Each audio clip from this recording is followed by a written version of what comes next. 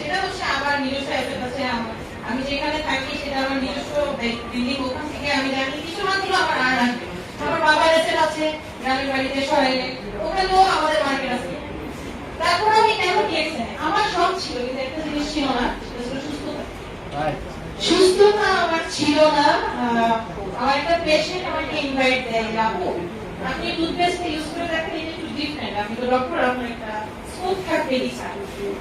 আমি বললাম তুমি আজ আমাকে দাও, আমি নিজে আগে ইউজ করে দেখি, কারণ আমার কথার একটা ভ্যালু আছে। আমি কিন্তু যেন কোনো জিনিস কমন করতে পারবো না, রাইট?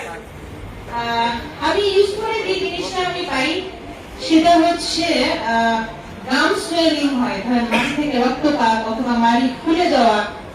আমার কি পেশেন্টটা বললো আপু আমার ক্যাপেটাতে ওই টেস্টটা লাগানোর পর ব্যথা কমেছে। আমার কাছে খুব উইয়ার্ড লাগলো, যেখানে আমরা অ্যান্টিবায়োটিকের কভারেজে জিনিসটা সলিউশন করতাম, সেখানে হচ্ছে মানে কিভাবে কাজ করছে, পেস্ট আপনার অ্যান্টিবায়োটিকের রিপ্লেসমেন্ট হচ্ছে।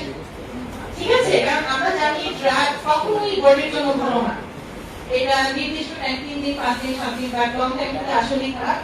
তো পরে আমি একবার আমার দাঁতে প্রবলেম হওয়াতে আমি জাস্ট ওর মতোই টেস্ট ওখানে অ্যাপ্লাই করে দিয়ে ঘুমাই যায়। সকালে উঠে আমার 70% ইনফরমেশন কমে গেছে, যেখানে আমার সবসময় ড্রাগ নেওয়া লাগতো। তারপর আমি ওকে খবর দিলাম তুমি তাড়াতাড়ি আসো, তো তোমাদের কোম্পানির আর কি কি আছে, এটা তো আসলে ডিফারেন্ট। আর এটা কোম্পানির ফাউন্ডার কখন কিন্তু আমি কিছুই জানি না, যে ফাউন্ডার কে, অরিজিন কোথায়, জাস্ট একটা মাশরুমের টুথপেস্ট এতটুকুই জানতাম। ও আমাকে তখন কিছুটা আইডিয়া দিল, যদিও আমার সিস্টেম এখন নাই, আমাকে কাজ করে দিয়েও কোথাও, বাট আমি কিন্তু রেগে হয়ে গেছি। কারণ প্রোডাক্টের কোয়ালিটি আমাকে আসলে মেনলি অ্যাট্রাক্ট করে। স্টিল নাও আমি কখনোই চিন্তা করি না যে ডিএক্সএন থেকে আমি সরে যাবো, এটা আমার একটা লাইফের পার্ট হিসেবে আমি নিয়েছি। আমার এই প্রোডাক্টের মধ্যে আমার অনেক পেশেন্ট সুস্থ হয়েছে, আর আমার টার্নিং পয়েন্ট হচ্ছে আমার মার সুস্থতা, যেটা আমি সবখানে বলি।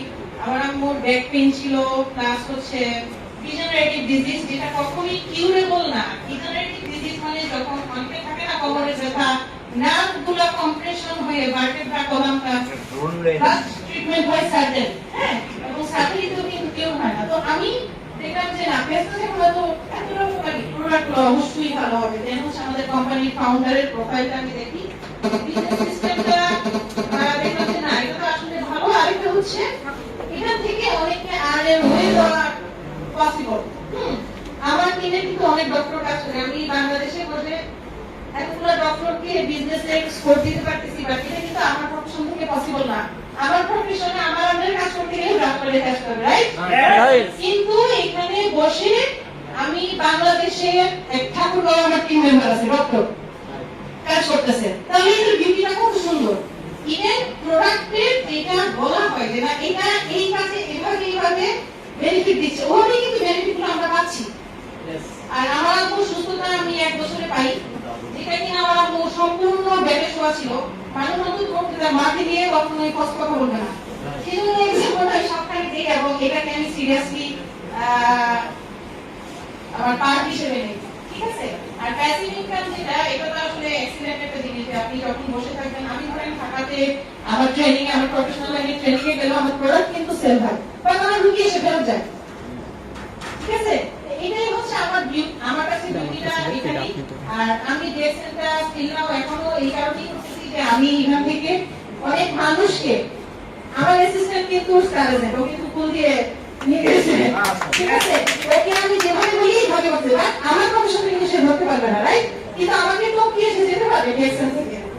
তো সবাই ভালো থাকেন, তারা পর্যন্ত আসসালামু আলাইকুম, good morning, very good morning DXN.